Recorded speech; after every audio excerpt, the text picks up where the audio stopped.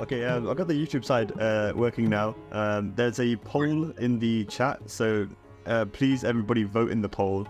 And then we're going to do another vote at the end to see if anybody's changed their mind kind of thing. It's an anonymous poll, we're just going to do it by numbers. And I guess to get started, so the introduction to this debate is, it's the exact proposition is that, let me quickly get it up. And the exact proposition is, a country benefits more from immigration than it suffers. So on the pro side, that people are going to be arguing for is Sikhs, sovereign mind here. And then on the against position is Sikhs from the US. So hopefully it'll be a good debate. The way it's going to work is that there'll be a pre-debate vote. So again, please vote in the straw poll, and then we'll do some opening statements, 7 minutes each. And then we'll do rebuttals. So before you give your rebuttal, you have to represent the other side's argument to a degree that they're happy with. That'll be at the moderator's discretion, me. So then after that, then you give your rebuttal, and then both sides do that. Then we'll have an open discussion for about 10 minutes, 10 to 15 minutes, and then closing statements of 2 minutes each, and then we'll do a Q&A from the Sangat, and then post-debate vote. Then I'll give a kind of my kind of opinion, I guess, or a kind of Bunga statement of position, and then the results, I guess, and then we're done. So hopefully it'll be a good one. The rules are ideas are more important here than egos. No idea is above questioning, so long as it's done respectfully. No topic is taboo, so long as it can be argued to have benefit for the bunth, and moderators must be adhered to. So yeah, let's have a respectful debate. Hopefully this will be the first of many such debates on many topics. So if anyone wants to get involved in these in upcoming debates, let me know. I think one I was organising was an AI for Sikh art debate, which would be a quite cool one. There's a bunch of topics. We can do abortion, all sorts of stuff. So submit any topic ideas you want to hear debates on. If you want to get involved, if you have anybody in mind who might be good at debating, let us know as well. But yeah, let's get started. So who wants to go first? We can flip a coin if you want. Yeah, I can go first. Yeah. So this is just introductions or opening statements? This will be opening statements. So you can give introduction as well if you want to. Okay. Well, obviously you see my name up there. My background is basically, I've kind of always been on the conservative side of politics here. In college, I was kind of in Young Republicans, and I've kind of been pretty active in the right in the U.S. for 10 plus years. And I've met a lot of the figures, both within and without, within the cordon sanitaire and without it. And so, if I haven't met these people, I'm at least one relation removed from them. So I've kind of been in the anti-immigration debate for a long time. And this is something that's really, really important in the U.S. And so what propelled our president to the White House in 2016. It's a massive issue, and it has massive consequences, but it's something the mainstream really doesn't like to talk about. And so anyway, I'm just happy to be here. Now, my opening statement, I'm going to hit on a couple of things, and it's important. Well, yeah, I've only got 7 minutes to basically set some ground rules. We're talking about Westphalian nation states, okay? And I'm not going to get into whether those are good or bad ideas, okay? And we're primarily talking about, at least in the beginning, things we can measure. So to begin with, immigration, especially mass immigration, causes wage suppression. It's a simple issue of supply and demand. I have slides. Well, Renji can do them if you want. But if you believe in supply and demand, like most people who believe in non-centrally planned economics do, introducing excess labor supply will drive the price down because there is an open labor market in our societies. For the purpose of this discussion, I'm going to basically limit it to the Anglophone countries because they have similar economic and political systems. Studies have shown that a 10% increase in the supply of available labor can reduce native wages by about 4%. So that's a ratio of 1 to about, 0.35. So introducing millions upon millions, and in our case, tens of millions of new working age adults to the U.S. does appreciably drive down the labor the wages of natives. Now, something people don't really talk about is the problems that immigration caused in source nations. I would assume most of you are ethnically Punjabi, and you're aware of, how depopulated of young men Punjab has gotten. But in a lot of these systems, immigration of the brightest, best educated people hurts them because these are the people that drive innovation. These are the people that are lifetime tax revenue. These are the people that make their home country more competitive. And they're all leaving after being a net drain during their education years somewhere else. Okay. And so these people leaving, they also could be political leaders. Okay. Coming from places with notoriously bad governments, these are the places that produce the most immigrants, like Pakistan, the Philippines, Nicaragua, Venezuela, places like that. They use immigration as a release valve to keep their decrepit regimes in power. In countries like this that have mass unemployment, poor services, very high corruption, young men are the most dangerous political force. Every kind of regime change, revolution, whatever you want to call it, young men are at the forefront because they are the natural fighting demographic of any nation. And if these young men get siphoned off to wealthier countries, and all they're doing is sending money back to their elderly parents aren't going to be rioting in the street. And they're also going to be more content with the regime because they're living off of remittances. There is a slide, and I don't know, Ranjit, if you want to upload this or if I can share my screen. Yeah. Anyway. It should be Okay. Well, you know what? I'm not going to share screen during this part because I only have 7 minutes. I'll share it during the general debate. Okay, how about that?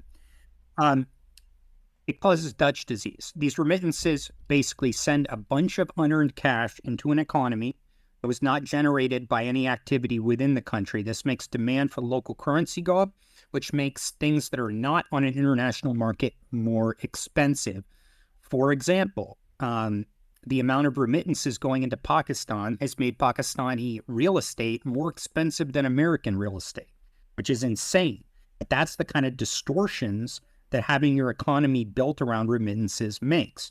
Local things like construction, real estate, retail, all of these things get out of reach for the locals because there's foreign cash coming back to people who didn't do any economic activity to earn it. So it retards economies and makes them dependent essentially on foreign handouts.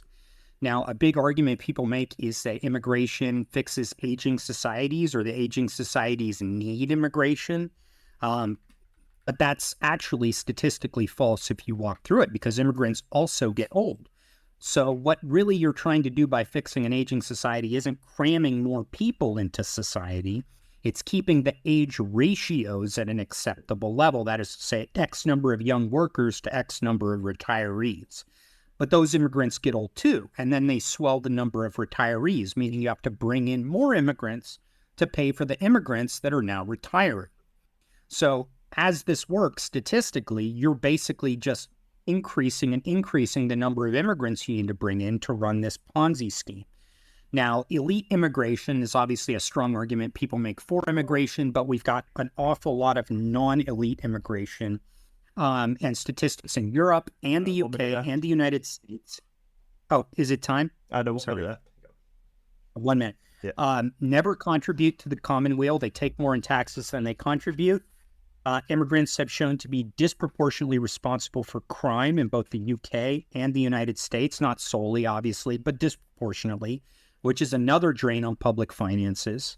And finally, the races and cultures of man are not the same. And if you're coming to an Anglo-Saxon country and your culture has not internalized those values and ways of being, you will do all sorts of things that make the natives uncomfortable or that constitute crimes. And in a sense, you'll poison the public commons by changing things. And that's my opening statement. Yeah, cool. Thank you for that, Bunga Singh. Let's go to Sukh Singh next. All right, guys, I'll just give a quick introduction. So my name's Sukh. I live in England and obviously in Europe. And I mean, I've been operating as an activist for about 10 years. what I'd say is a balanced immigration approach, but ultimately I'll probably, naturally, my position is a little bit more along the lines of where Trump and Farage are, and Enoch Powell would have been, more than where they are with maybe Jeremy Corbyn and some of the others. So I've had quite a deep think around immigration. I'll go into sort of my 7 minutes now, if you like. If anyone's got questions on me, you can ping me on the WhatsApp group. But I mean, immigration is an interesting one because it does evoke a lot of emotion. And I think there's a few different aspects that I'd like to probably dive into. I think there's a few bits that our brothers covered off nicely there around the economics, and there's some aspects that I would agree with. But I think first and foremost, immigration in the context of a country, whether it benefits or not, has to be determined whether the people of that country feel that there's a benefit to it. There has to be a sovereignty aspect. Immigration is how a nation has an intent and then consents to a certain number of people coming and going from its borders. And all of us have been or are in a chain of immigration or migrants of some shape or form. Even from an English history perspective, which I go into quite deeply, if we have a look at Magna Carta itself in 1215 as a sovereignty document of England, it was trying to keep foreign invasion out from the Pope and the Vatican. Okay, we've still got today a similar situation in England, which obviously is a lot smaller than the United States. This is like a small stamp compared to the United States, which is a huge parcel in itself. So we've got a very small amount of land here.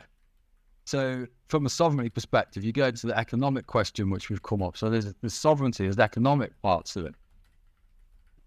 Economically, it's interesting because when we look at supply and demand, all of the economics that we talk about at the moment, even in the Republican, Democrat, left and right debate, is based on a scarcity model of economics. It's based on the fact that there's a fundamental understanding that in today's society, practically, there is a scarcity of access to resources. What's interesting, though, is if we have a look at money and resource on the planet, it's abundant.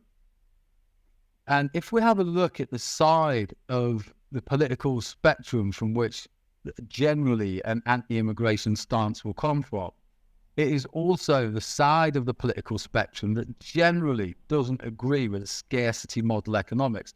And by that, the biggest scarcity model economic headline, if you like, or political driver geopolitically at the moment is climate change. But if you actually have a look at the economics of climate change, those people who are more pro-American, they don't believe in the climate change model. The CO2 is creating a scarcity in resources on the planet. So you have an interesting slight incongruence there in some respects if you look at it at face value. But I think there's a deeper meaning to that, which I think we'll sort of start to explore today a little bit. So it's a key point there that the right-hand side, the right wing, if you like to call it traditionally, who push up against anti-immigration and the economic argument, also don't buy into the main geopolitical narrative of scarcity as a result of climate change. Now, the second thing in theory that they don't believe in, if we have a look at it from a manifesto perspective, is the right wing now have tended to, particularly in the United States, moved away from being neocon warmongers. I know a lot of people don't like Trump, but if we have a look at the statistics from it, he didn't start any wars when he was there in the first term. He tried to bring most of his military back into the United States. That's really important because immigration, particularly the mass exodus, which I like to call it, I don't like to call it immigration because it's a weaponization of immigration that we're really discussing, not natural immigration itself. Okay, and that's quite an important point for me because when we have a look at natural migrants, they have a propensity to want to be adventurous. They might be pioneers. You might get a small percentage of a country that wants to go and explore outside and settle outside. If their own country hasn't been turned into a war zone, either through hot wars via NATO, hijacking the countries that exist within it, or whether it's a situation through economic warfare, like was afflicted on, and a lot of people will struggle with this one, like was afflicted on Germany before World War II started, like the kind of economic war that was afflicted on Iraq or on Libya when Gaddafi was there. And Gaddafi was presiding over the most prosperous African country at the time. So where we see a lot of the immigration coming in, a lot of this mass exodus coming in, we have to have a look at what's driving that. So we see from one hand the impact it's having on us in a nation, which isn't great economically. But one of the biggest drivers for that is the fact that we're funding organizations who are bombing foreign nations. And in our wisdom, we think it's a great move to then invite young families, some of them will be young fighting men, in from those countries into a nation that's just obliterated his heritage. Politically speaking, this kind of dynamic is suicide, right? It's not immigration. That is a weaponization of the words of immigration in order to meet what I believe are relatively nefarious agendas by people who really, to some degree, don't care too much about the left wing or right wing. What they're really concerned about is concerned about is control.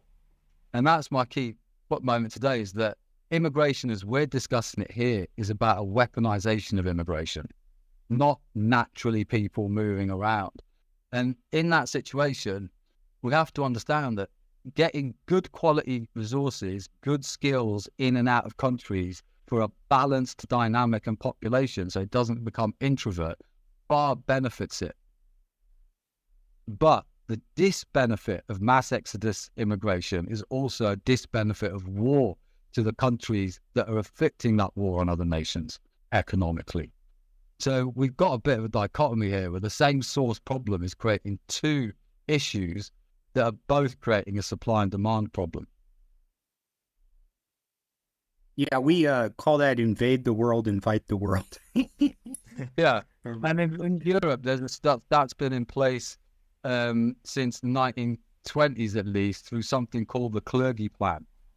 Yeah. Right. Those who haven't heard of it, look at later, but there are some official aspects of that. So, yeah, absolutely. I got to stop you guys there at times. So the next part of this is, well, thank you firstly, Suksing. The next part is going to be rebuttals.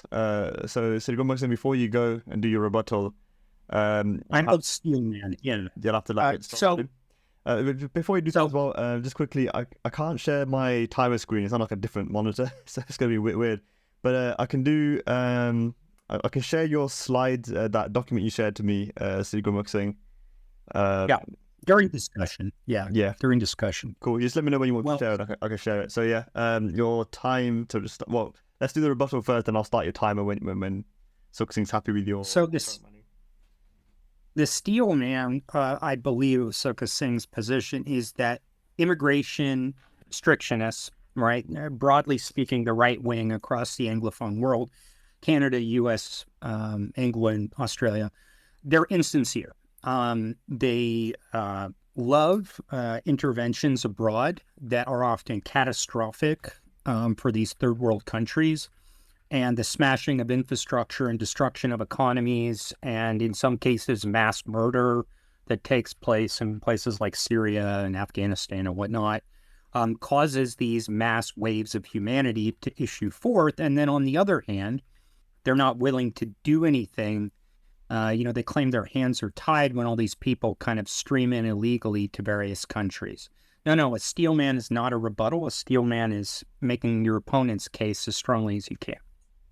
So these people are insincere. They also benefit from cheap labor. They're primarily the owners of capital in a society.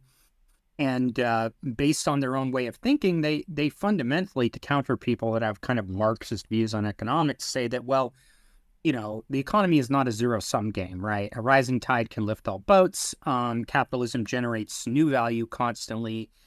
But at the same time that they say that, they're going to turn around and say, hey, increasing the labor pool is bad, which makes zero sense, right? If that's your worldview. And then also they'll turn around and say that, hey, we're all the same. Anybody of any color, race, religion, culture, speaking any language can be British or American or whatever. And then they'll say, well, having too many immigrants messes up the culture. And it's basically they're incoherent, right? They're kind of just making this argument whereby all their other policies like laissez-faire economics, encourage people to basically slurp up a bunch of cheap labor to make greater and greater profits. And their other policies basically are to cripple the rest of the world, which causes the problem in the first place. So I guess what your rebuttal now is it? Or yeah, no, that was the Steelman, which is that basically anti-immigration people are insincere. I think that's his position. Now, my rebuttal of that is true. Before you do your rebuttal, sorry, Suksing, is that fair to say that kind of summarizes your argument you made? I think if we're using, in that paradigm of the left and right wing as we're framing it, definitely. Yeah. Okay, cool. Then I'm going to start this timer then, Sigmund Muxing, 7 minutes to do your rebuttal of it. So my rebuttal of that is true, but I think the fact that the various right-wing parties throughout the Anglo world, the fact that they are operating in bad faith and they're insincere, does not mean immigration is in fact good and does not mean that it benefits overall the nation. Politicians speak with forked tongue. They always have. This isn't something new. I think one thing that wasn't brought up, but I think that's important, is that there is a lot of evidence out there that asset prices rise with increasing immigration. This makes sense, obviously, because people have to eat. They have to stay somewhere. They got to get jobs, at least in America, or they'll starve. So asset prices like consumption of goods, that's going to go up. Real estate's going to go up. The stock market is going to go up. And the people that own these capital assets are going to be very happy with that because their model is based on eternal growth, right? Now, my rebuttal to that and their insincerity is that none of these things are actually good, and benefiting a sliver of the population while basically impoverishing and alienating the rest of it is actually quite bad. And one of the things political leaders should do is look out for the holistic welfare of their people. And that means beyond just making sure their pensions get paid, right? And even that's in doubt. So I would say the fact that they're insincere, incoherent, and bad people in no way reflects on whether immigration is actually good or bad for the state. Oh, you done, yeah? Yeah, I'm done. That's still have 5 minutes left. Okay, and then, Suksin, you want to go first and represent Sigmund Muxing's argument before you do your rebuttal? Yeah, so Sigmund Muxing's argument there is ultimately having a look at the situation that we have where if you have, just for argument's sake, a restaurant, you need to know how many tables you've got so that you can resource that each evening. You can feed the people that come, you can service them. And if you're running a country, you've got to know how many hospital spaces you'll need, how many police, how many school spaces, how much resources needed, how much energy. And these aren't things you can't just train a teacher in a weekend. You can't create resources overnight. These things take decades to plan in terms of supply and demand. So there needs to be a considered structure, and that open borders certainly is something that we need to have a look at. Now, I think that also one of the points there is that the foreign countries, some of the countries where these people come from, they're culturally different, and they have a different opinion in the way that they're operating. If you operate in a war zone, your understanding and benchmark of things like violence and etiquette is very different to people who have come from a relatively civilized, shall we say, or developed nation. I'm sure Texans would probably call it mollycoddled nation, but there's a cultural aspect, particularly in Europe. I think you're seeing that more so because they're a lot softer in Europe than they are in the States still. You know, they got taken over here much earlier. So I think the supply and demand argument's a solid argument. I think locals being pushed back and prices going up is also a solid argument that's being made. And so I think that I fully agree with those economic aspects. And I think that's really where we are seeing the tension, the hot points in the current political environment are very much where Gurmukh has nailed it, to be honest with you. And that's what we're seeing play out in the public, at least, in the mainstream. Yeah. Would you say that's a fair assessment of your argument then, Gurmukh Singh? Yeah, I would say that's fair. I mean, yeah. Yeah, okay, cool. Let's do into rebuttal then. Singh, I'll start your timer now. Okay, so I think when we have a look at politics as we see it, all of the big issues, I think, always suffer from a degree of the sort of Hegelian dialectic side, right? If we go to the left wing, we have a look at a situation where, traditionally speaking, I'm not saying it's a hard rule, but traditionally speaking, over the last 50, 60, 100 years, the left wing has always been a bit soft, open the borders, let everyone in, love everyone, everyone's a human being, everyone should be looked after. It's a very strong argument. Humanitarian, from a very strong argument. From a Sikhi perspective, it's a very strong argument when you're looking at it from PR and humanity and daya. But we have to have a look at the root cause analysis of these things. We have to understand that while on one side we're saying that we should have the empathy, on the other side we should understand that why are we giving these people fish and not teaching them to fish for themselves?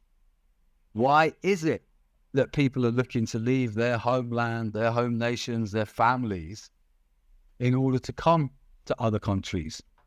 Why have we created a perception that there are paths of gold in these countries, which means that healthy immigration, which benefits these nations with positive skills coming in based on a vetted process, is being marred and muddied by the fact that to some degree we ignore the elephant in the room, which is the military-industrial complex, which drives these mass exoduses from countries that are Afghanistan, Syria, Yugoslavia broke down into Kosovo, Bosnia and Serbia.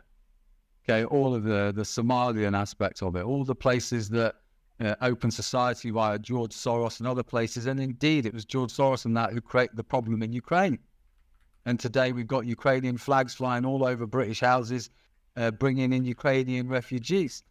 But I didn't see the same empathy for the Palestinians or for even the Yugoslavians, if we want to bring it to a white European country. So if we have a look at that aspect of it, we have to say that we can't fix immigration treating it as a micro environment issue.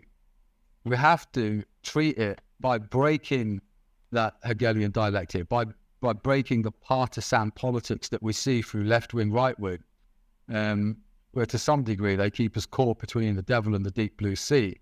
We have to try and raise our consciousness above that and understand that, firstly, to help people, we need to help build their nations, help them become strong and have prosperity in those nations.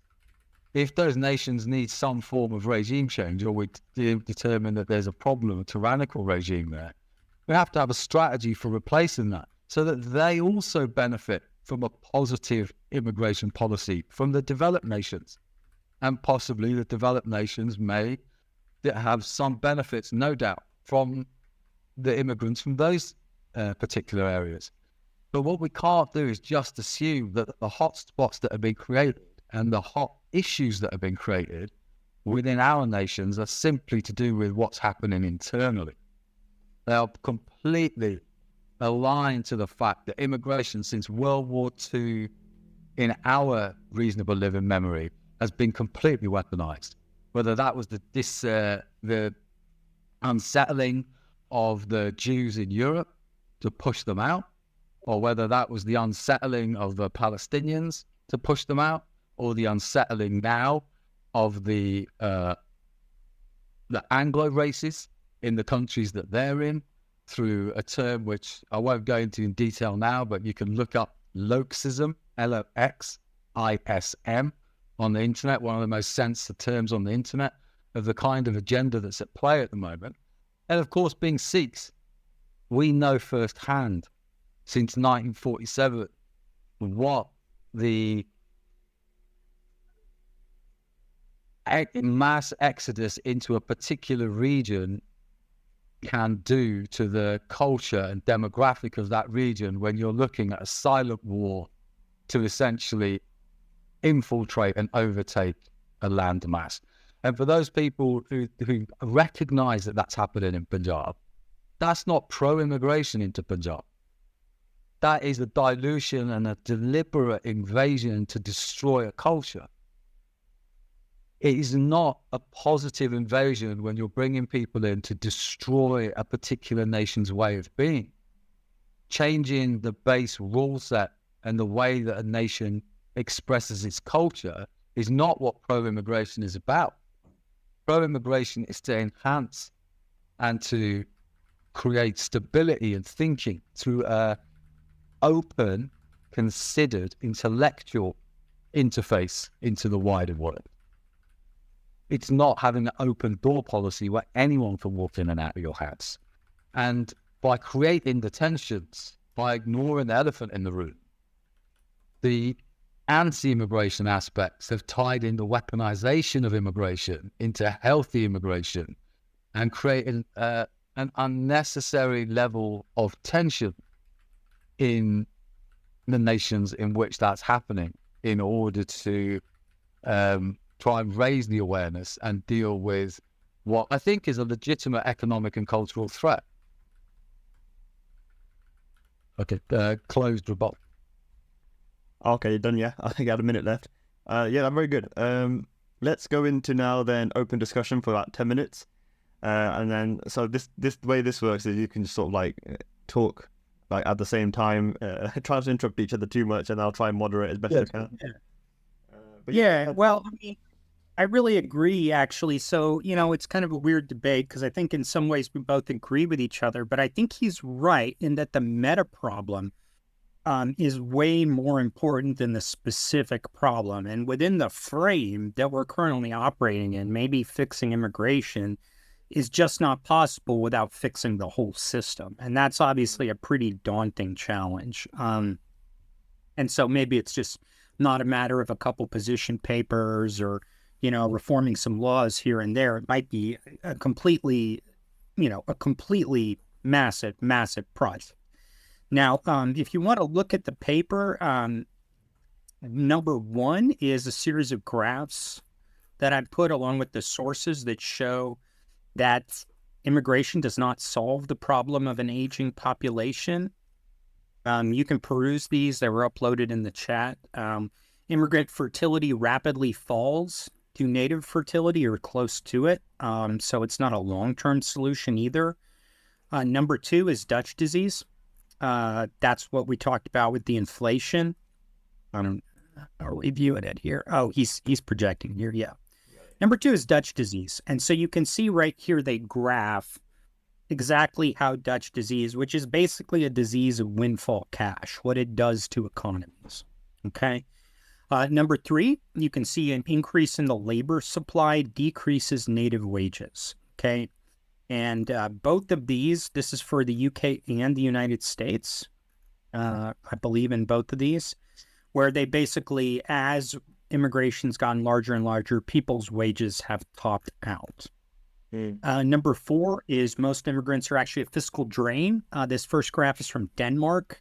Obviously, Denmark is not all of Europe, but you can see how unpleasant it is. And basically, no immigrants are as productive as Danes when they come to Denmark.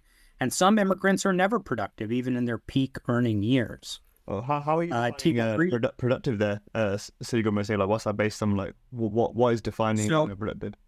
Net contribution to tax. Oh, okay. Is what it is. Yeah. So it's in Danish kroners, and you can see there, right? But would you say that's more like this is where, like, when a new immigrant comes in, they're not going to exactly be working the sort of like top roles, essentially high-paying roles. They'll be doing more the menial labor tasks. So naturally, they'll be working lower salary roles, and therefore their contribution to the tax base probably would be lower.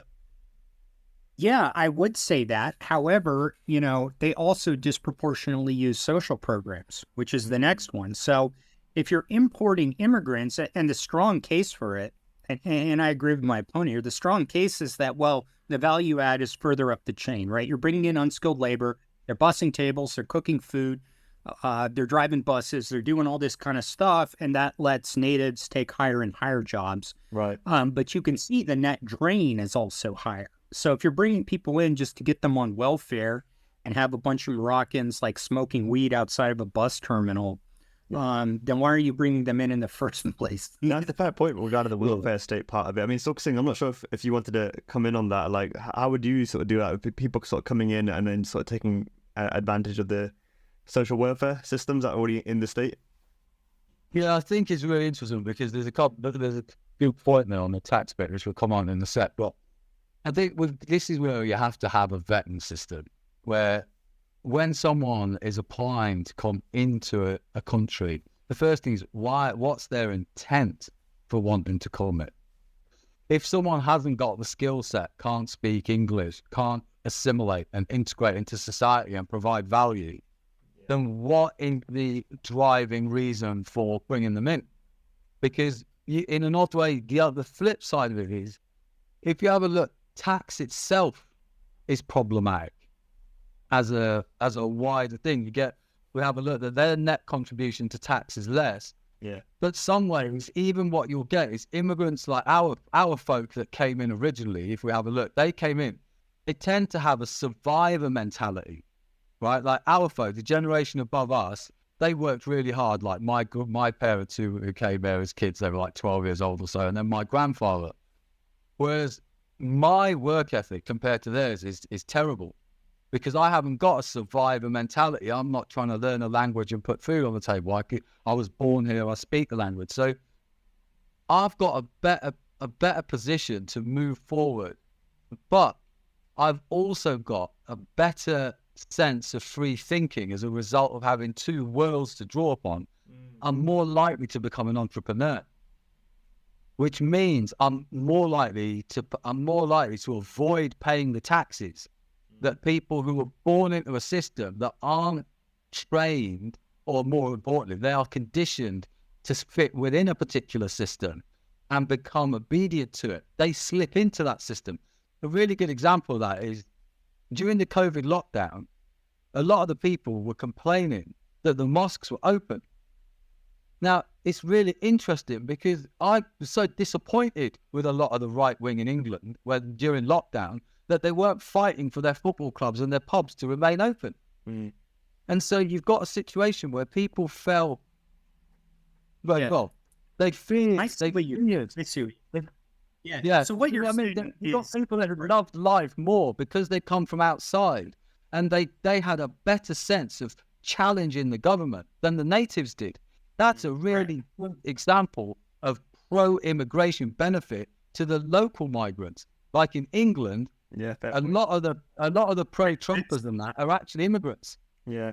That's true. And I would say this. I guess it's a matter of perspective, right? Because in what sense can we take pride about being good tax cattle for a government that hates us, right? Like at some point, we have to re-examine our priorities. And these people that came from low trust, dangerous countries, their attitude is like, come make me, because that's how things work back home. Whereas we're kind of desperate to be productive. We're kind of conditioned into respectability politics and all this other kind of stuff. We think in universals in the way that they don't. And maybe that is the real disease, right? And so, when you sell like program use, you're right. They're thinking about survival. We're thinking about other things. We take survival for granted, right? And maybe they don't. And maybe their perspective is actually healthier long-term than ours.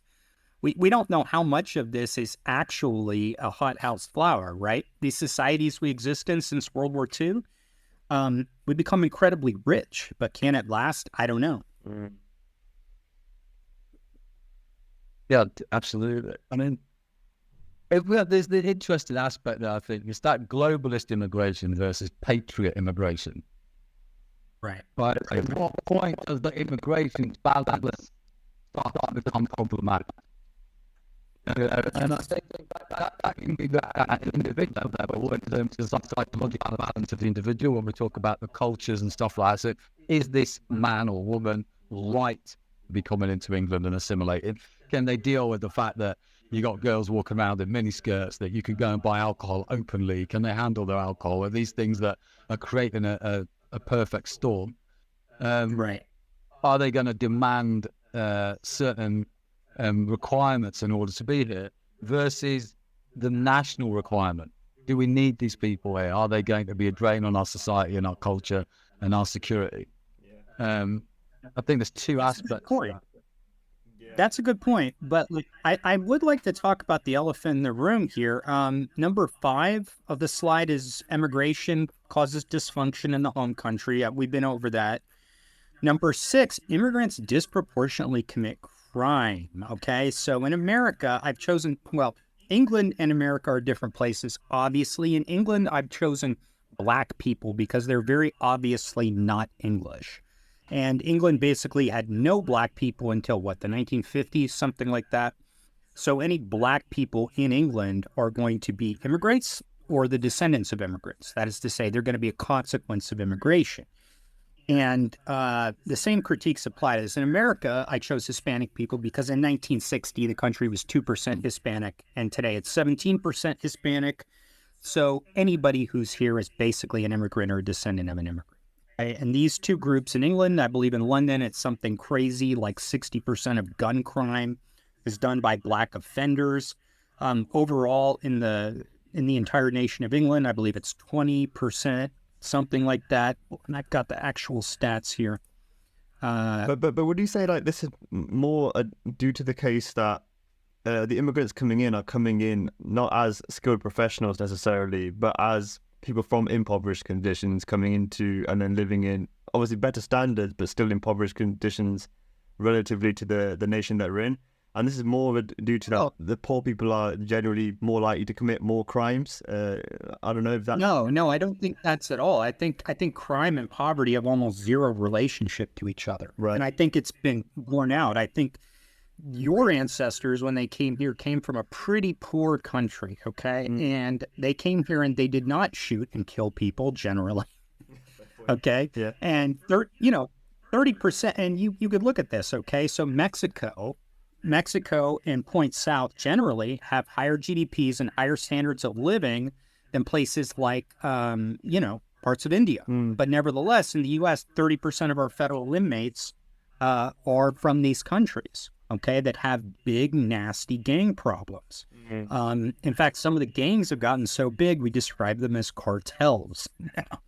So my point being is that the disproportionate number of blacks in prison in the UK doing the most lethal type of crime, we're talking about homicide, not property crimes, and ditto in America, basically shows that when you introduce these groups to your society and they, for cultural reasons, biological reasons, whatever it is, they become alienated. So, you bring a black person from the Caribbean to the UK, it's a fundamentally different environment. They can't absorb vitamin D like we can. The entire society is different. And frankly, in a lot of cases, they have less impulse control, simply biologically.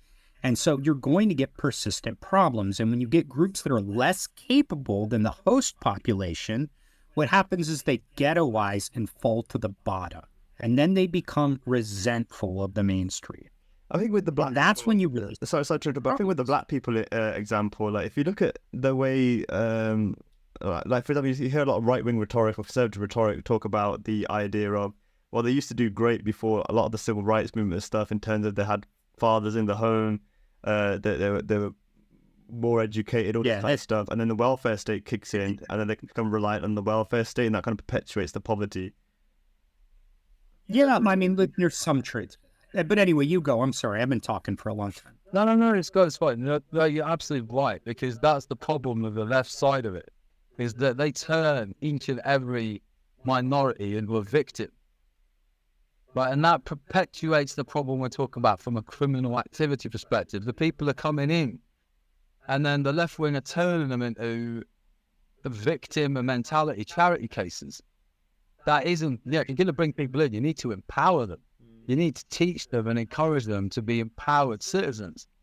But if you haven't vetted them in the first place when you bring them in, then you're not going to be able to do that. And if there's a deliberate, as far as I'm concerned, from what I've seen, where the sort of aspect of anti-immigration are pointing at, there's a deliberate drive to bringing in fighting age males. They're not families coming in.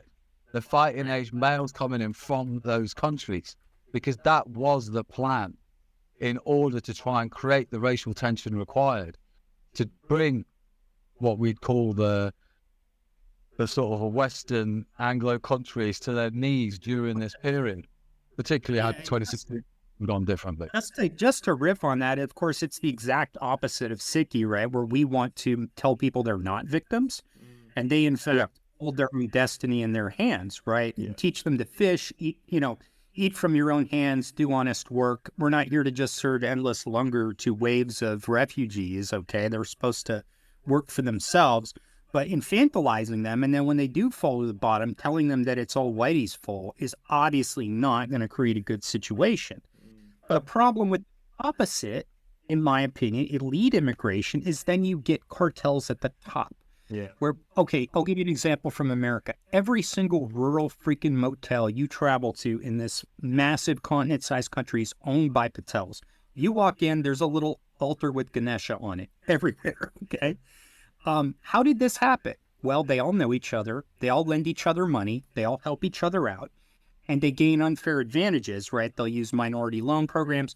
So really quickly, you have this kind of wealthy minority group that pops up, and they're doing better than the natives. Now, you've had this with a number of groups in the U.S., but the problem then becomes the natives get resentful of that. Like these foreigners come in, they completely dominate an industry and cut us out. And that's just the classic immigration pattern, because people tend to go into professions they're familiar with. So even introducing elite immigrants in sufficient numbers, and I'm not talking about small numbers of elite immigrants. So I'm going to just go ahead and say that I support that. A good example would be like the Manhattan program that we had during the Second World War. Right? You brought in really, really elite physicists. They built the atomic bomb. Great. Okay. But that was like 50 people. Okay. That wasn't 500,000 people. So you have the problem then where those elite immigrants, like the Patels that run all our motels, they start to look down on the natives as being lazy and stupid and all this kind of stuff because they've climbed to the top. You see that with overseas Chinese in the Philippines, in Singapore, in Vietnam. You see that with you saw that with Indians in Uganda before they had the lead. You saw that in Kenya. Everywhere you have market dominant minorities, the locals start getting resentful of them. So you just have this awful circle of people getting pissed at each other based on some things they don't really consciously control. And so you're kind of stirring up society. And of course, whoever's in power in the States just going to be the only person that's going to have to broker those relationships. And that gives them even more power. Yeah. Let's end the open discussion bit there for now. And then let's go to closing statements. And then let's do some audience Q&A. And we'll move on. So I guess who went first? It was Signal Box. Do you want to go first again for this, and then we'll get the last closing remarks. Yes. So in conclusion, 2 minutes. So I'll start your timer now. So in conclusion, I would say small numbers of elite immigrants. I mean, people that really have high technical skill, and you need them right now, right at this moment, and you don't have enough natives. I think that's fine. And those people, if they come, should be very highly compensated, like medical specialists, people that build, certain machines, like for fabricating chips and all this kind of stuff. Those people are fine. But mass immigration in an unnatural way, right, in a way that isn't gradual, creates all sorts of resentments. It makes the natives resentful. It makes the immigrants that fall to the bottom of the economic ladder resentful. It makes the immigrants that climb to the top contemptuous of the natives, and that in turn makes the natives more resentful of them, and it causes conflict in the body politic. Now, prior to this, there might have been a sense of asabiya, like a fellow feeling, right? An idea of commonality with your fellow citizens that allow political action. And that's degrading because you feel like you have nothing in common with those people that you have contempt for. And this allows the state to basically be the central broker of society and of relationships, which basically turns everything into kind of a mass bureaucracy where the people can't really act anymore to the extent they even could. And of course, this also causes crime, cultural conflict, depression in wages, soaring real estate prices, and it distorts things at home. And we haven't even gotten into the cultural problems. Primarily a big one is, so 1 second, 30 seconds, I'm sorry. Also 20 seconds. 20 seconds. Yeah. The cultural problems are also enormous, and you can imagine the thing. And that's it. Okay, cool. Thank you. And then, Sukhsing, do you want to go next? Yeah, sure. So pro-immigration benefits nations overall. You need to have the ability to assimilate and bring in good intelligence and cultures and to be able to balance the needs of a nation. It also falls in principles with Gurmato Ekongar and having an open heart and being welcoming and looking after the downtrodden and the hopeless and the needy and the vulnerable. But we also have to remember in Sikhi there's an aspect where you might serve longer to everyone. Doesn't mean everyone makes it into Kartarpur. Doesn't mean everyone is welcomed and initiated into the Khalsa Panth. Doesn't mean everyone would have been welcome and successful in the Kingdom of Punjab. But all of them had a positive pro-immigration policy, whether it is assimilating into the Khalsa Panth or the Kingdom of Punjab. We know Maharaja Ranjit Singh had generals and people from other cultures that came in and helped advance the thinking, education, the arts, the military strategy of the nation. And I think that what we have to look on is really important here. Why was it that Maharaja Ranjit Singh was able to do it so successfully and we're not? Is because he looked after his population. There was a strong culture, there was a strong economy, and the people weren't going hungry. Maslow's hierarchy of needs at the bottom was looked after. What's happened in the Anglo nations is Maslow's hierarchy of needs has been destroyed by the people running the nations, and then they bring in cheap labor under the guise of cheap labor to cause tensions, and now they're blaming an immigration problem for an economic problem that they've created with a national deficit that's out of control because they're using usury, which goes against every law book, including the Constitution, in which it's being used. 20 seconds. And so, we have to start focusing on the actual problem here, where the people who are pulling the strings at the top, not on the immigration itself, and start putting immigration in the right context and consideration as a benefit to our nations, rather than just demonizing it and weaponizing it. Cool, yeah, that's time. Perfect. So I'm going to send in a poll in the chat now, and then you guys vote again what your position is on the proposition. And then Nishan Singh, do you mind just counting it up and just comparing it to the first poll, please? And then once you guys counted it all up and everything, just let me know. And then we'll announce who gets the Sangat vote. But in the meantime, let me just quickly check the thing. I'll probably just start talking about my view, I guess, after like hearing both sides of this. And yeah, I guess it was a bit more of a discussion. It wasn't much of a heated debate, which is good as well. I think when I was coming up with the question for this immigration debate, it's quite difficult because it's quite hard to be it depends on so much, right? Like what type of immigration depends on what community is coming over, or what type of labor. Is it skilled labor? Is it unskilled labor? Is it what nation is it? So I mean, yeah, the kind of answer is it depends. But the key is, what does it depend on? Like exploring that possibility, and I really liked at the start when there was a mention of basically recognizing the assumption that we're operating with nation states here, because then the debate probably would be quite different if we're on a different paradigm in terms of empires and kingdoms, that kind of stuff. So generally, I guess my kind of position with immigration was. There was that, they kind of like, well, who is actually going to come over? And there's a dichotomy between, if you want a large welfare state, you can't have open borders. And if you want more closed borders, then you can have a welfare state. Because it was mentioned earlier by one of you guys as well, that the risk is if you have a very giving welfare system where anyone could come in and then you can get like government benefits or welfare checks, etc., And then you also have open borders, but then everyone's going to come in and drain your economy. So you can't have both. You have to have one or the other. So either you have closed borders and a welfare system that's quite robust and strong, or you have no welfare system or very minimal welfare system and more open borders, which I think often gets missed, especially by the kind of the left wing sides of the debate who kind of want both. So there's that kind of aspect of it as well. Okay, let's go into some Sangat question and answers actually as well for now, and then as the votes get counted up, we'll see. Maybe even the question answer might help inform as well. So Nishan Singh asks, question 1, as Sikhs, we uphold the principles of the Khalsa, a martial order that embodies a distinct understanding of sovereignty and autonomy.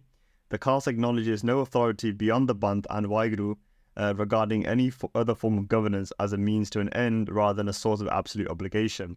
Given this foundational belief, do the Khalsa or Sikhs more broadly occupy a unique position that renders them exempt from immigration regulations? Can there truly be such a thing as a Khalsa immigrant? If the Khalsa walk freely, establish righteousness and transcend imposed boundaries, should they accept the constraints of national immigration policies? Would an opposition to immigration in some sense contradict the very notion of Khalsa sovereignty? Or must one concede that Khalsa Sikhs operate under a distinct standard in such matters? Quite a long question. Did you guys get that? And then who wants to tackle it first? Do you want to go first?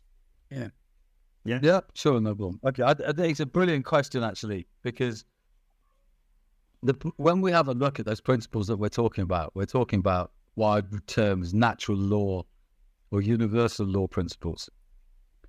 Now, the Constitution of England, as an example, and it forms the cornerstone of the constitutions of the states and the other Anglo countries, is a natural law document.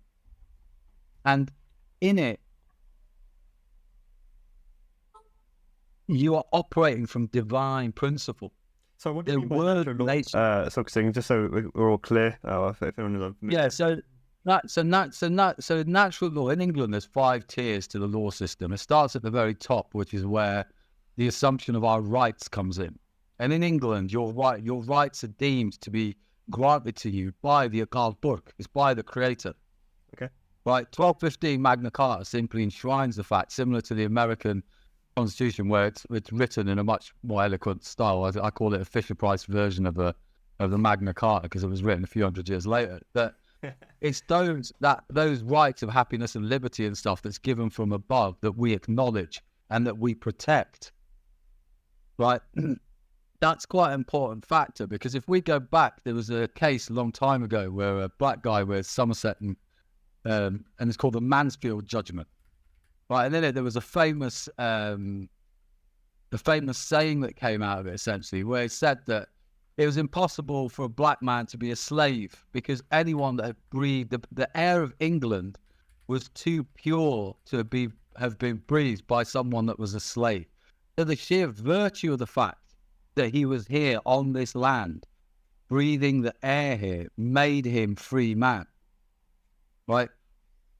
That's quite an interesting concept when you have a look at the way that people are talking about immigrants today. There's a very, very different perspective on it. That they're coming here and they're polluting the air of England, rather than the air of England is so righteous, so highly conscious that it cannot be consumed or breathed in by someone that was a slave. So when you have a look at the natural law cases in England and the way that the law structures work and the rights structures work, it's actually more aligned to our Sikhi than we would think. It's a lot less corporate and policy based. What's happened if the big one since World War II has completely destroyed the constitutional rights as we understand them. Destroyed them completely, to be honest. Yeah. Well, what I would say is, is there such a thing strictly as a Khalsa immigrant? I would say no. I think the idea of sovereignty, you have to say that there's nothing that actually strictly binds me, right? Outside of my Maryada, Akal Purkh, Waheguru, and all this. But at the same time, you have to look at historical examples Okay, so when the Khalsa were in charge, they took Rakhi from Muslim villages, Hindu villages. They didn't run these people off their land and confiscate their lands. In times of war, things are different. And the same thing applies. One of our principles is we're not going to be rude and disrespectful to other communities. So if you enter another country, you have to, I think this is a matter of hospitality and good manners, obey their laws and their customs insofar as they don't conflict directly with yours. But does that mean you're ultimately bound? Does that mean you accept those laws as above your religious ones? No, I don't think you strictly can. I don't think so. Yeah, it's a really interesting question because I was thinking as well, I went to the shooting range a couple of weeks ago, and then those things were sort of saying, like, imagine if our forefathers came to the UK and instead of like opening up corner shops and stuff, we opened up shooting ranges, we'd be rich now. I was like, yeah, that's really true. And it's like it was a kind of the mindset I had was like, really the caste like immigrates in a way where wherever there's danger in the world, right, where there's injustice happening, and we migrate to that region as a caste of missile, for instance. We resolve the threat or help out the local population, and then we'll move on to the next threat kind of thing. And in that way, we're constantly immigrants in that sort of sense. We're juggling in that sense. I think yeah, it's a very civilian kind of thing. I guess this concept of immigrating, how it is kind of understood today, where the caste is not meant to be civilian in that sense. It's meant to be actual like combatants going around resolving disputes and it's interesting. I was reading Pant Prakash like a while back, and when Banda Singh is first kind of like taking over land in Punjab, there's this letter he sends out, and I think he says like, where my nishan is flying, that is the Satyug, right? And I thought that was a very interesting way to put it. Yeah. You know what I mean? Like, where my feet are, that's where my sovereignty is coming. Yeah. I use that one quite a lot actually in posts and stuff. Especially with the Dak kind of thing, like wherever a Singh plants his foot, that's a Dak, got its own sovereign territory sort of thing. Well, that's actually, and there you say it. There's the true meaning of Israel in the Torah as well. It's wherever the true Jew walks, that land is Israel. It's not a piece of random desert in the Middle East. It's supposed to be an eternal concept. Yeah. Interesting. But by materializing it, they created the bullshit that we've got with the synagogue of Satan in the Holy Land at the moment. Okay. Excuse my French. Well, yeah, we probably should do a Israel-Palestine debate. Actually, that'd be quite a good one to do. We did one actually private in Bunga a while back, and then it was a really good one actually. I think we should do it again. I think in general as well, it kind of links to another question. I think somebody asked. Let me just quickly check if we asked it. Question from me regarding from Ajit Singh says, can a community exist without a sense of a group identity, whether that be based on national, linguistic or ethnic lines? Is this necessary for a peaceful coexistence? If so, a judicious / scrutinizing approach of who enters that community is a natural consequence. No, it's not really a question. But yeah, what do you think of that? So just quickly on that last one, when we were talking about the Khalsa bit, and I'll bring that back into this question you talked about. Sure. But for me, there's a certain contingent of humanity, which I refer to as the militia of heaven. Right? And they are the true warriors of each faith that understand that God Baruch is above all of us and that it is one. Right? And so if you have a look at the true Knights Templars, the true Nizari Ismailis, aka Oshashins, who are like the Islamic Templars for sort of Fisher Price terms, then they're Hungs. If you have a look at the true doctrines that they operated to in their original sect, not the politicization it became, they're all fighting for the same master. They're all fighting for the same set of inalienable rights that the constitutions talk about. Right? But so from that perspective, those Khalsa, those Templars, those Assassins, those people who are operating from higher consciousness through their performance and behavior on day-to-day life, I believe going forward over the next 20, 30 years, we'll see an acknowledgement of those types of people across the world. I think we're starting to see little flashes of it now. And we'll start to see that. So I think you'll find that certain sets of people will get almost a diplomatic immunity type freedom across the world based on their performance, on their behaviour, on the merits that they've earned by the way that they live their lives. Yeah. So I think that will be. I think it's a good question on the cultural one. So can a community exist without racial, cultural, or religious bonds that bind them? Is that the question? Did I understand it? Yeah, that's one of the questions. Yeah. I don't know. I'm inclined to say no. I don't think ideology is enough. I think you got to have at least one out of those three. Very strong culture, racial homogeneity, or a strong religious bond. Without those, I don't think it's possible. No. What about money? Like you just pay people to be together?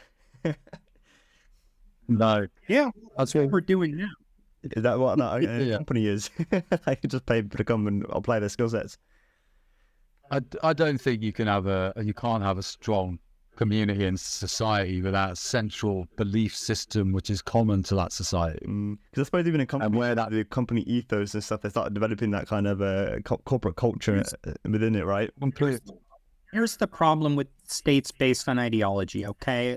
We could go to back to the Soviet Union, but in America, in the UK, this happens too, is that basically you're required to have certain thoughts in your head to be a member in good standing, which means that everybody's kind of under a very low-level inquisition all the time, because if you don't have the thoughts in your head, then you're not a member of the community. How do you measure that? Well, you can't look at somebody and tell. And, in Russia, they had people constantly snitching on each other, is the way it worked. That's how you made, the society cohere. And you saw what happened, like with COVID in our countries, or like people getting busted for racism and fired from their jobs and stuff like that. Like there are enforcement mechanisms for ideological states. Yeah. But those are much, much weaker than those built out of like common bonds of love. Yeah. And just people getting scared. Right. Fair enough. Yeah. Yeah. Okay. There's a really quick question actually I want to ask, but I want to ask it after this question. So Nishant Singh also asks, if immigration is deemed problematic. Also, quickly before I say this, if you haven't yet voted in the poll, please do, and then we can need to count up the votes. I've just realised it probably isn't that robust system I thought in my head. That's probably going to work better if we did these debates in person, where you have to stay in the room so you can count your vote in and out. Otherwise, everyone's moving in and out. But regardless, we'll rethink it for next time. But anyway, do vote in the poll. For now, let's just see what we get. And secondly, the question that was asked was, if immigration is deemed problematic, should we also regulate what I might call micro-immigration?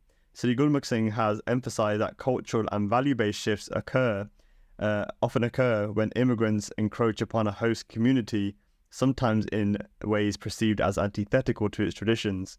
However, should this concern extend beyond national borders to internal migration?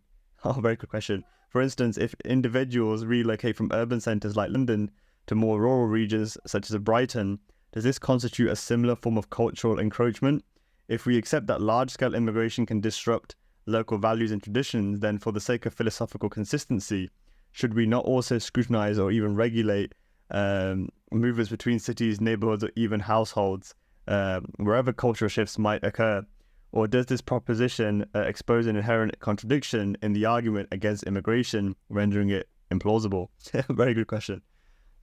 The wiki question, right? So just really quickly, England used to be structured like that, and it will be structured like that in the next 10 to 20 years again, where there were the counties, and even today, actually, people don't realise that the counties have more power than the central government. Just like in America, the states are supposed to have more power than the federal government in terms of control over the people, because of that sovereignty and self-determination aspect. So you're absolutely right, it would be, and that's the key thing. Immigration is like in your mind, in your house, in your village, in your city, in your county, in your country. At every level, those coming in and out have to have some control. Otherwise, it's a free-for-all. Yeah, it's a really good question. I'm interested to hear what you now think as well, Sri Gulmukh Singh, on this question. I personally like the Swiss canton model where your neighbors get to vote on whether you get to stay after 6 months. No way. But I don't think so. In our country, it's always been just an insane free-for-all. Inside the state, there has been basically no rules for a long time. and people just go where they want to go. They build factories, then the business dries up, the factories rust out, the communities die, they move somewhere else. Basically, it's been laissez-faire capitalism within the nation, and that's caused a lot of damage as well as a lot of economic dynamism. So I'm inclined to agree that people in rural areas, like you said, the original Constitution was federalism, ought to have some say about who gets to come in their communities, what they get to do, why they're there. And it shouldn't just be a bunch of rich Californians move to Idaho and drive all the real estate prices out of reach for locals. That's happened, by the way. Okay. Wyoming, too, right? They move into all these ski towns. All the people that grew up there are living in trailer parks 20 miles away, basically. So, yeah, I think to be consistent, you have to give people some control over their surroundings. Yeah, but I bet the asset holders in Idaho and stuff weren't really complaining too much about rising in property. No, they weren't. They weren't. They got quite rich, right? Yeah. I mean, I guess obviously my opinion with this, what you just mentioned there, obviously my bias is being revealed now, but I kind of don't really mind this kind of free for all and this laissez-faire approach. I think ultimately, right, cultures have to be competed against, and so long as you have a strong and robust justice system and legal system and enforcement of the law, where people don't go a bit too far, I think culture should compete. I mean, this is how Sikh sort of like was birthed in the first place. It was a competition against the existing tradition and cultures of the time, and it offered something more valuable, more beneficial to the people, and the people adopted it. But the Canton model is really applied to if you actually privately own the land. If you own the land that you live on, then you should be able to do what you like with it, in theory. But it's the tricky part is what do you do with land that's owned in common, right? Shared land, public land. That's the tricky part, and I think this mismanagement between private and public is where we get a lot of these problems, and then cultural encouragement, all this kind of stuff. But yeah, I mean, this is a really good question. Yeah, it is a good question. I think that when we look at it, though, we tend to look at it because of the way that we've all been brought up as all of these jurisdictions as being almost commercial.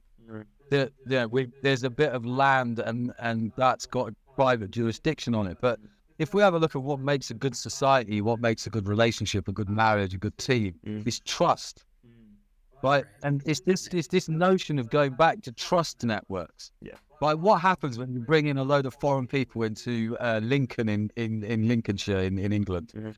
Because you've broken the trust network. Up until that point, everyone recognised each other.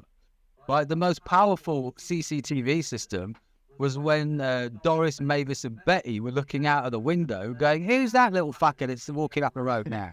You know what I mean? Because they didn't recognise that foreign twat, not because he was coloured, just because he was from another town. And they recognised there's a difference here. Therefore, there's a potential risk here. Therefore, the children could be at risk. Therefore, our property could be at risk. There has to be a level of trust being built back into society. And when that trust is built back into society and you've got a tight-knit community like a Bind in India, for example, and then some foreigner wants to come and settle there, I tell you, whether you got the canton or not, that village is going to make that guy's life really uncomfortable if he isn't respectful and assimilates. But I can tell you, having been a foreigner in the Pind and traveled around India, I can tell you there is never a time where there aren't eyes on you.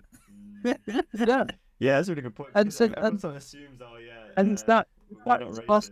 For me, it's that trust aspect. You have to get the trust back, and that's the biggest part of it. If you don't, like you say, what is it? You don't trust the people. If you can't trust them, you can't live with them. It's not a peaceful society. So you have to be able to band together and self-determine with people on the same type of wavelength as you. Yeah, I mean, there's a lot of food for thought with this. I think especially Bunga members as well interested in contribution with jars to the Bunga. Play this back, right? This recording back, and then especially this part of the conversation. And I'll be interested in hearing different perspectives and things fleshed out with this, either via recordings or essays or whatever. Submit them. Let's explore this a bit further. One last question, and then we'll conclude. Is I guess more so for Sigurd Muxing as well. How do you kind of reconcile the European migration to the United States, for instance? Like how is that legitimate in your eyes, or how do you see that? Well, having come from a religious tradition like I do, which emphasizes the need to bear arms and protect yourself, how do I justify it? Well, these people were moved there. The initial settlers in Virginia were convicts from England or orphans. They had very high fatality rates, and they were used essentially as slaves in tobacco plantations. So these weren't, let's say, the aristocrats of the UK. And when they finally had a self-sustaining population and the abuses of the, what do you call it? It's not technically slavery, but when you went to debtor's prison in England, they put you in chains and make you work somewhere. Anyway, that's what they were. Yeah. Indentured servitude. When that system finally was abolished, relations with the Indians had been permanently poisoned by conflict. And so regular Indian raids had poisoned the whites against the Indians, and regular white military action against the Indians had poisoned them. And I think conflict was inevitable. And when you take a Stone Age group and you introduce early modern warfare and people to it, they're going to lose. Old world diseases, I mean, like, was it right or wrong? I don't know. Was like Tamerlane right or wrong? No, it was like bad, but it's also a historical force of nature. I'm not sure really how to answer that, because once they were here, the pressure to own land and the pressure to be economically independent based on the system we inherited was so strong that even if, and this happened where the government said you can't settle past this line, people went anyway. They're called squatters. They built their villages, started farming, and when Indians attacked them, they'd cry and whine to the government who'd send soldiers. So, I mean, it was almost a dialectical process at that point. Yeah. I mean, Europe's population was exploding. I mean, where were they going to go? I mean, I don't know. I can't answer it, is what I'm saying. You flummoxed me. I don't. It's a tricky one, because it was like really at the conjunction between this this transition from this old empire world order into this new nation state world order. So that, I mean, it just gets a bit tricky, isn't it? How does that navigate?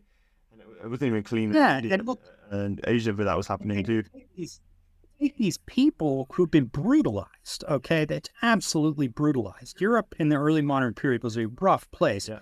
And you drop them in the wilderness, and their friend gets killed by Indians, and they have an opportunity to go out and start a homestead out in Indian turf and shoot anybody who disturbs them. Like, you're going to tell them, like, hey, these are a sovereign people. They didn't even have a concept of nations or property ownership. They were nomads. I mean, there's so many issues within that question that it would take an hour to talk about. Yeah, maybe it's a debate question on its own. Was the occupation of the United States justified?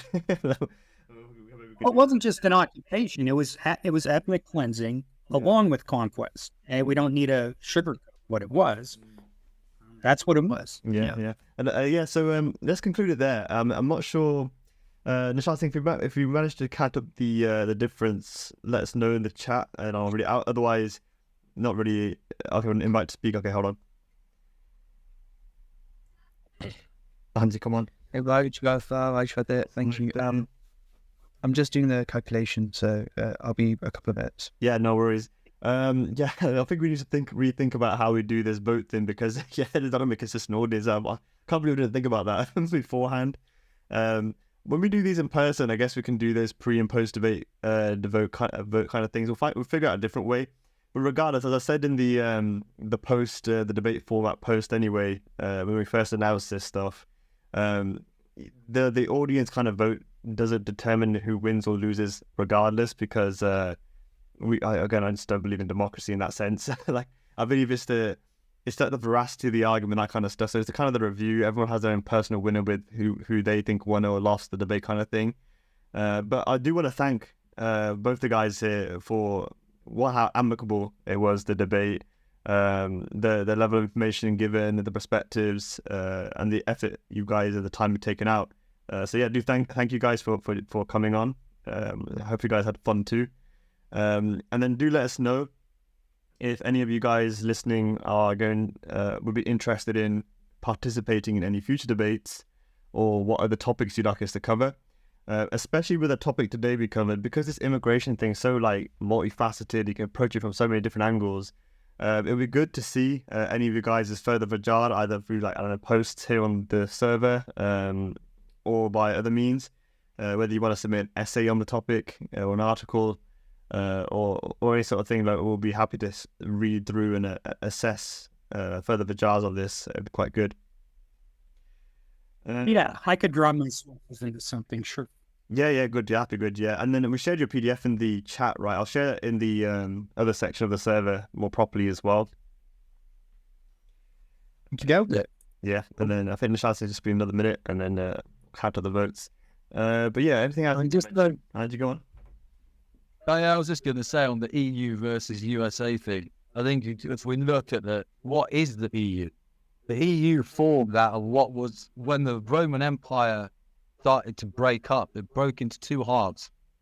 The Western Roman Empire, which has become the EU and NATO today, and the Eastern Roman Empire, which has become what we refer to as the Eastern Bloc. Right, so we have to understand that when the Roman Empire fell, the Western Roman Empire controlled all of Western Europe from the Vatican.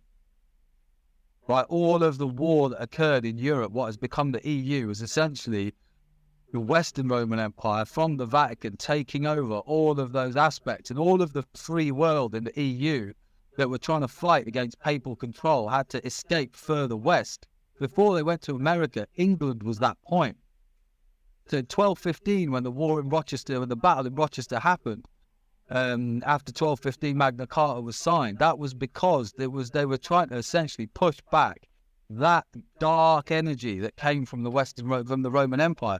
The other half of the Roman Empire, the Eastern Roman Empire, the Byzantine Empire, which was based in Constantinople, when that fell to Mehmet in the 1400s, that basically had become the stronghold for Orthodox Christianity. When that fell to Islam, it migrated from Constantinople, because that became Istanbul, it moved to Moscow.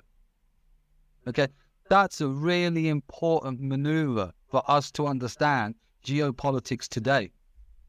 Because all of the USA, Russia, all of that shit you talk about, it's got nothing to do with the United States and Russia.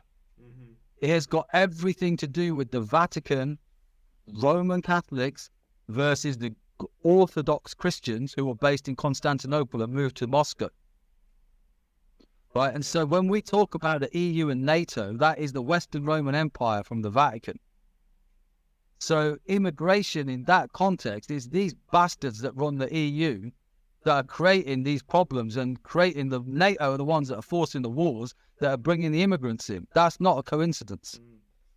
We have to look at those old borders in history to understand, where do these driving forces come from? Why does someone give such a shit that they're going to dedicate their entire lives to such nonsense?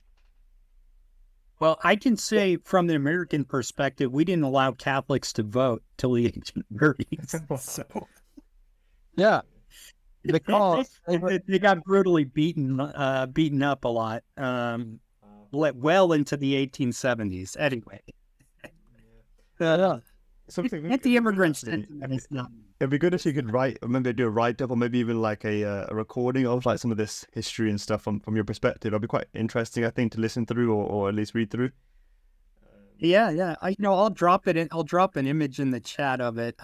Anyway, I'm sorry. You're going to conclude.